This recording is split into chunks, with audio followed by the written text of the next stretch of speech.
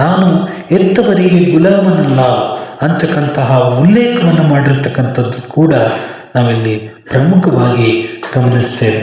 ಅಂದರೆ ಕೇವಲ ಕಲ್ಲುಗಳನ್ನು ಮಾತ್ರ ನಾವು ಪೂಜೆ ಮಾಡೋದಲ್ಲ, ನಮ್ಮ ಆತ್ಮಸಾಕ್ಷಿಯನ್ನು ನಾವು ಪೂಜೆ ಮಾಡಬೇಕು ಅಂತಕ್ಕಂಥದ್ದು. ನೀವೀಗ ಕೇಳುತ್ತಿದ್ದೀರಾ ಮಾಹಿತಿ ಖಜಾನೆಯ ಕಾರ್ಯಕ್ರಮಗಳನ್ನು. ಸಾಹಿತ್ಯ ಲೋಕದ ಹಲವು ಕವಿಗಳು ಹಾಗೂ ವಚನಕಾರರನ್ನು ಪರಿಚಯಿಸುವ ಕಾರ್ಯಕ್ರಮ ಸಾಹಿತ್ಯ ಲೋಕದ ದಿಗ್ಗಜರು. ಕೇಳಿ ನಿಮ್ಮ ಮೆಚ್ಚಿನ ಮಾಹಿತಿ ಖಜಾನೆಯಲ್ಲಿ ಸಾಹಿತ್ಯ ಲೋಕದ ದಿಗ್ಗಜರು, ವಿವಿಧ ವಚನಕಾರರು ಹಾಗೂ ಕವಿಗಳನ್ನು ಪರಿಚಯಿಸುವ ವಿಶೇಷ ಮಾಲಿಕೆ. ನೀವು ಕೇಳಿ, ನಿಮ್ಮ ಸ್ನೇಹಿತರಿಗೂ ಕೇಳಿಸಿ ಹಾಗೂ ನಿಮ್ಮ ಅನಿಸಿಕೆ ಅಭಿಪ್ರಾಯಗಳನ್ನು ಕಮೆಂಟ್ ಮುಖಾಂತರ ತಿಳಿಸಬಹುದು. ಇನ್ನು ಯಾರು ಸಬ್ಸ್ಕ್ರೈಬ್ ಮಾಡದೆ ನೋಡ್ತಾ ಇದ್ದೀರಿ, ಈ ಕೂಡಲೇ ಸಬ್ಸ್ಕ್ರೈಬ್ ಮಾಡಿಕೊಳ್ಳಿ. ಬನ್ನಿ ಕೇಳೋಣ ಸಾಹಿತ್ಯ ಲೋಕದ ದಿಗ್ಗಜರು ದಿಗ್ಗಜರು ದಿಗ್ಗಜರು ದಿಗ್ಗಜರು ದಿಗ್ಗಜರು ದಿಗ್ಗಜರು. ಬೆಲ್ ಐಕಾನ್ ಅನ್ನು ಕ್ಲಿಕ್ ಮಾಡುವುದರ ಮೂಲಕ ಸಬ್ಸ್ಕ್ರೈಬ್ ಆಗಿ. ಆತ್ಮೀಯ ಕೇಳುಗರೆ, ತಮ್ಮೆಲ್ಲರಿಗೂ ನಮಸ್ಕಾರ. ಮಾಹಿತಿ ಖಜಾನೆಯ ಇವತ್ತಿನ ಸಾಹಿತ್ಯ ಲೋಕದ ದಿಗ್ಗಜರು ಕಾರ್ಯಕ್ರಮಕ್ಕೆ ಪ್ರೀತಿಯ ಸ್ವಾಗತ. ಸಾಹಿತ್ಯ ಲೋಕದ ಹಲವು ಮಹನೀಯರನ್ನ ಪರಿಚಯಿಸ್ತಕ್ಕಂಥ ಪ್ರಯತ್ನದಲ್ಲಿ ನಾವು ಮುಂದೆ ಸಾಗ್ತಾ ಇದ್ದೀವಿ. ಇವತ್ತು ನಾವು ಪ್ರಮುಖವಾಗಿ ಅಂಬಿಗರ ಚೌಡಯ್ಯ ವಚನ ಸಾಹಿತ್ಯದಲ್ಲಿ ತಮ್ಮದೇ ಆದಂತಹ ಛಾಪು ಮೂಡಿಸಿದಂತಹ ಅಂಬಿಗರ ಚೌಡಯ್ಯ ಅವರನ್ನ ಪರಿಚಯಿಸಿಕೊಳ್ತಕ್ಕಂಥ ಪ್ರಯತ್ನವನ್ನು ಮಾಡೋಣ. ಇನ್ನು ಯಾರು ಸಬ್ಸ್ಕ್ರೈಬ್ ಮಾಡದೆ ನೋಡ್ತಾ ಇದ್ದರೆ ಈ ಕೂಡಲೇ ಈ ಸಂಚಿಕೆ ಮುಗಿಯೋದ್ರೊಳಗೆ ಸಬ್ಸ್ಕ್ರೈಬ್ ಮಾಡ್ಕೊಳ್ಳಿ.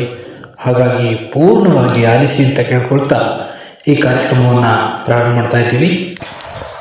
ಪ್ರಮುಖವಾಗಿ ಕರ್ನಾಟಕದಂತಹ ಪ್ರದೇಶಗಳಲ್ಲಿ ಅಂಬಿಗರ ಚೌಡಯ್ಯ ಅಂತಕ್ಕಂಥವರು ತಮ್ಮದೇ ಆದಂತಹ ನೆಲೆಗಟ್ಟಿನಲ್ಲಿ ವಚನ ಸಾಹಿತ್ಯವನ್ನು ಮುನ್ನೆಲೆಗೆ ತಂದಂತಹ ವ್ಯಕ್ತಿಯಾಗಿ ಗುರುತಿಸ್ಕೊಳ್ತಾರೆ.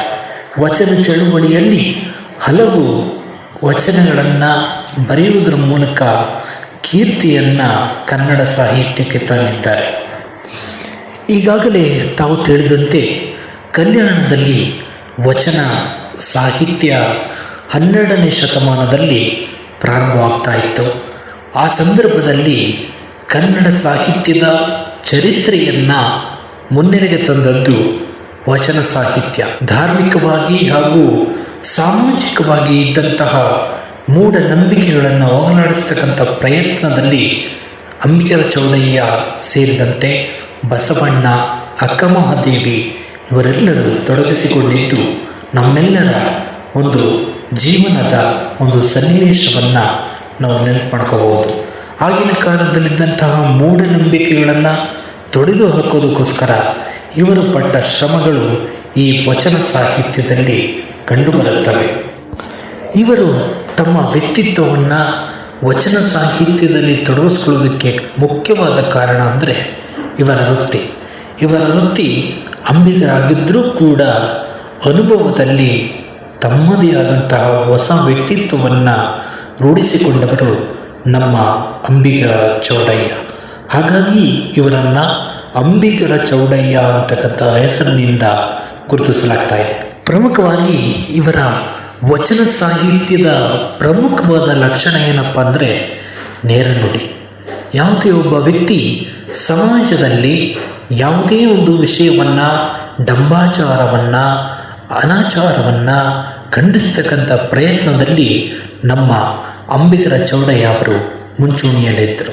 ಅಧರ್ಮ, ಮಾನವೀಯತೆ ಇಲ್ಲದೇ ಇರತಕ್ಕಂಥ ಸನ್ನಿವೇಶಗಳನ್ನು ಆಗಿನ ಕಾಲದಲ್ಲಿ ಕಾಣ್ತಾ ಇದ್ವಿ. ಅವೆಲ್ಲವನ್ನೂ ಕೂಡ ವಿರೋಧಿಸ್ತಕ್ಕಂತಹ ಮಾತುಗಳು ಅಂಬಿಗರ ಚೌಡಯ್ಯ ಅವರ ವಚನದಲ್ಲಿ ಮೂಡಿಬಂದಿದೆ. ಪ್ರಮುಖವಾಗಿ ಎ.ಕೆ.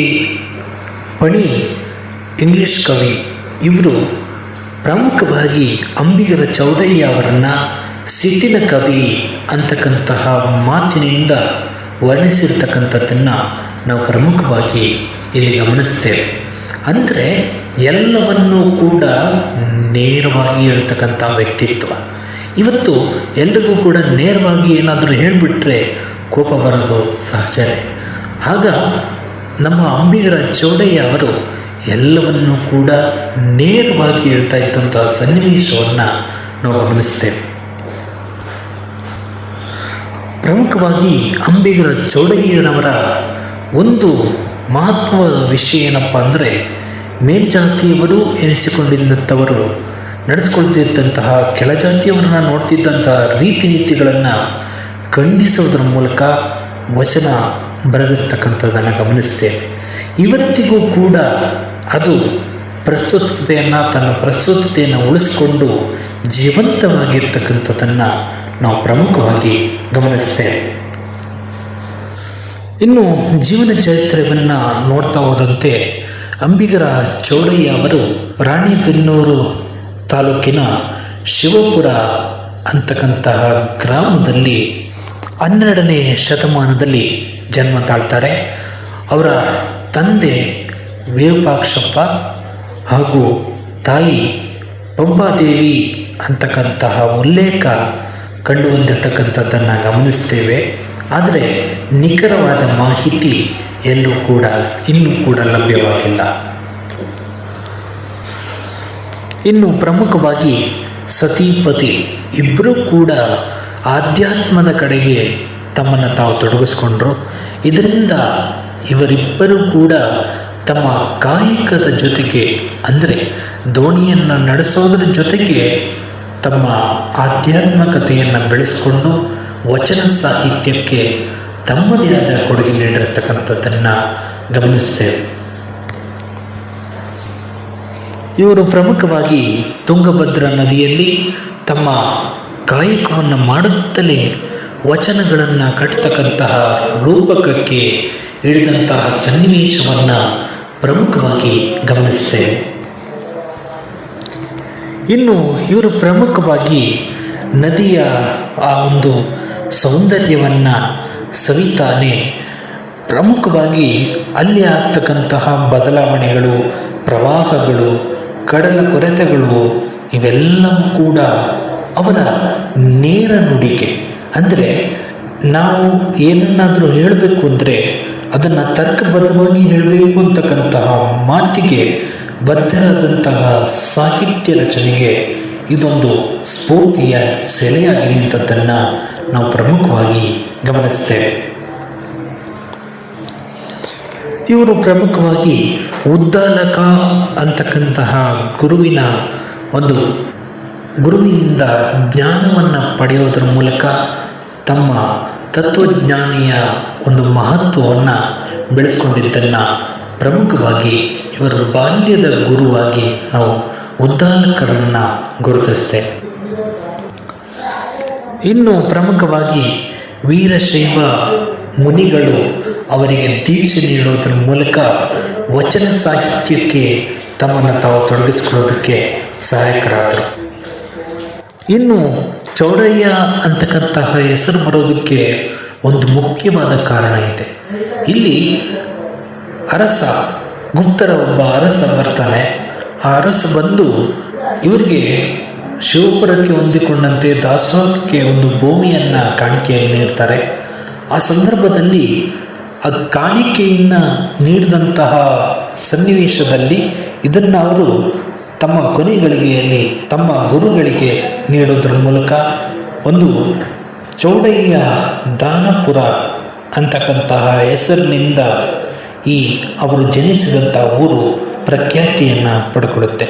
ಈ ಮೂಲಕ ಅವರನ್ನು ಅಂಬಿಗರ ಚೌಡಯ್ಯ ಅಂತಕ್ಕಂಥ ಹೆಸರಿನಿಂದ ಗುರುತಿಸಲಾಗ್ತಾ ಇದೆ. ಇನ್ನು ಪ್ರಮುಖವಾಗಿ ಅಂಬಿಗರ ಚೌಡಯ್ಯ ಅವರು ತಮ್ಮ ಬಸವ ತತ್ವವನ್ನು ಉಳಿಸ್ಕೊಂಡ್ರು. ಅಂದರೆ ಬಸವಣ್ಣನವರಿಂದ ಸ್ಥಾಪಿತವಾದಂತಹ ಕಲ್ಯಾಣದ ಅನುಭವ ಮಂಟಪಕ್ಕೆ ತೆರಳಿ ಅಂಬಿಗರ ಚೌಡಯ್ಯ ಇರ್ಬೋದು, ಮಾದರ ಮಾಚಯ್ಯ, ಹಾಗೆ ಜೇಡರ ದಾಸಿಮಯ್ಯ ಸೇರಿದಂತೆ ಹಲವಾರು ವಚನ ಸಾಹಿತಿಗಳು ತಮ್ಮದೇ ಆದಂತಹ ವ್ಯಕ್ತಿತ್ವವನ್ನು ಉಳಿಸ್ಕೊಳ್ಳೋದಕ್ಕೆ ಈ ಬಸವ ಮಂಟಪ ಒಂದು ಸಂಸತ್ತಾಗಿ ರೂಪುಗೊಂಡಿದ್ದನ್ನು ಪ್ರಮುಖ ನೆಲೆಯಲ್ಲಿ ಗುರುತಿಸ್ತೇವೆ. ಇನ್ನು ಅನುಭವ ಮಂಟಪಕ್ಕೆ ಬಂದಂತಹ ಚೌಡಯ್ಯ ಅವರು ಬಸವಣ್ಣನವರನ್ನು ತಮ್ಮ ವಚನಗಳ ಮೂಲಕ ಹೊಗಳುವುದರ ಜೊತೆಗೆ ಜಂಗಮ ಸಾಹಿತ್ಯ ಹೇಗೆ ರೂಪುಗೊಳ್ಳುತ್ತದೆ ಅಂತಕ್ಕಂಥ ವಿಷಯವನ್ನು ಉಲ್ಲೇಖ ಮಾಡಿರ್ತಕ್ಕಂಥದ್ದನ್ನು ಗಮನಿಸ್ತೇವೆ. ಬಸವಣ್ಣನೇ ದೈವ, ಬಸವಣ್ಣನೇ ಪ್ರಭು ಅಂತಕ್ಕಂತಹ ಮಾತನ್ನು ಹೇಳ್ತಾರೆ. ಹಾಗೆ ಜೇಡರ ದಾಸಿಮಯ್ಯನೇ ಅಥವಾ ಅಲ್ಲಮ ಪ್ರಭುವೇ ಪ್ರಭು ಅಂತಕ್ಕಂತಹ ಮಾತು ಇಲ್ಲಿ ಸವಿಸ್ಮರಣೀಯವಾದಂಥ ವಿಷಯ ಅಂತಲೇ ಹೇಳ್ಬೋದು. ಇನ್ನು ಪ್ರಮುಖವಾಗಿ ಬಸವಣ್ಣನವರ ವಚನಗಳು ಒಂದು ಪ್ರಕಾರವಾಗಿದ್ದರೆ, ನಮ್ಮ ಚೌಡಯ್ಯನವರ ವಚನಗಳು ಬಹಳ ಆಕ್ರೋಶಭರಿತವಾದಂಥ ವಚನಗಳಾಗಿ ಗುರುತಿಸ್ಕೊಳ್ತವೆ. ಸ್ತ್ರೀಯರಿಗೆ ನೀಡ್ತಿದ್ದಂತಹ ಕಿರುಕುಳಗಳನ್ನು ವಿರೋಧಿಸ್ತಕ್ಕಂಥದ್ದು, ಹಾಗೆ ಅಧರ್ಮವನ್ನು ಅನುಸರಿಸ್ತಕ್ಕಂಥ ಜನಗಳಿಗೆ ಸವಾಲುಗಳನ್ನು ಹಾಕ್ತಕ್ಕಂಥ ಸನ್ನಿವೇಶಗಳು ಈ ವಚನದಲ್ಲಿ ಕಂಡುಬರ್ತಕ್ಕಂಥದ್ದನ್ನು ಪ್ರಮುಖವಾಗಿ ಗಮನಿಸ್ತೇವೆ. ಇನ್ನು ಇವರು ಒಟ್ಟು 264 ವಚನಗಳನ್ನು ರಚನೆ ಮಾಡಿದ್ದಾರೆ ಅಂತಕ್ಕಂತಹ ಉಲ್ಲೇಖಗಳು ಇರ್ತಕ್ಕಂಥದ್ದನ್ನು ಗಮನಿಸ್ತೇವೆ. ಆದರೆ ಕೆಲವು ಸಂಪುಟಗಳಲ್ಲಿ ಇದುವರೆಗೆ ಸುಮಾರು 118ರಿಂದ 131 ವಚನಗಳು ಮಾತ್ರ ದೊರಕಿರ್ತಕ್ಕಂಥದ್ದು ಪಟ್ಟಿಯನ್ನು ನಾವು ಪ್ರಮುಖವಾಗಿ ಇಲ್ಲಿ ಗಮನಿಸ್ತೇವೆ. ಇನ್ನು ಅಂಬಿಗರ ಚೌಡಯ್ಯ ಅಂತಕ್ಕಂಥ ಅಂಕಿತನಾಮದಿಂದ ಇವರು ವಚನಗಳನ್ನು ರಚಿಸ್ತಾ ಇದ್ದರು. ಈ ಮೂಲಕ ವಚನದಲ್ಲಿ ನೇರ ನುಡಿಯನ್ನು ಹೇಳೋದ್ರ ಮೂಲಕ ಕವಿ ಕಾವ್ಯಾನಂದರು ಹೇಳುವಂತೆ ಅಂಬಿಗರ ಚೌಡಯ್ಯ ಎಂಬವರು ತಮ್ಮ ಮಾತುಗಳನ್ನು ನೇರವಾಗಿ ಹೇಳ್ತಾರೆ. ಹಾಗೆ ಹಸಿಗೋಡೆಯ ಮೇಲೆ ಬರಹ ಬರೆದ ಹಾಗೆ ಅವರು ಎಂದಿಗೂ ನೇರ ನುಡಿಯ ಮನುಷ್ಯ ಎಂಬತಕ್ಕಂಥ ಉಲ್ಲೇಖವನ್ನು ಇಲ್ಲಿ ಪ್ರಮುಖವಾಗಿ ಗಮನಿಸ್ತೇವೆ. ಇನ್ನು ಪ್ರಮುಖವಾಗಿ ಇವರ ವಚನಗಳನ್ನು ಗಮನಿಸ್ತಾ ಹೋದಂತೆ ಸಾಕಷ್ಟು ವಿಷಯಗಳು ನಮಗೆ ಅರ್ಥ ಆಗ್ತವೆ.